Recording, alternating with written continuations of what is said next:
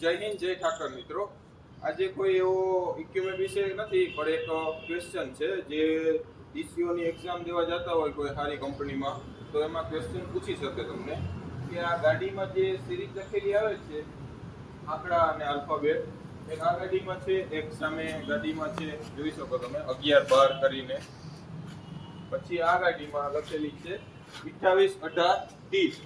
તો એનો મતલબ શું થાય? તો એ ડીસીઓની તમે જાતા હો એક્ઝામ દેવા તો ગમે એ સુપરવાઇઝર કે કોઈ પૂછી લે.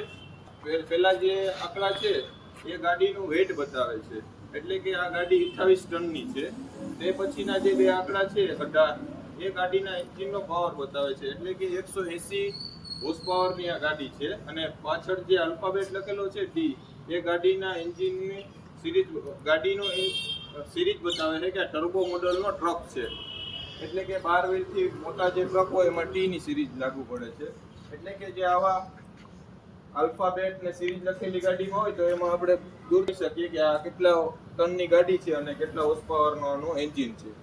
તો એના વિશે આજ આ માહિતી આપતો વિડીયો છે.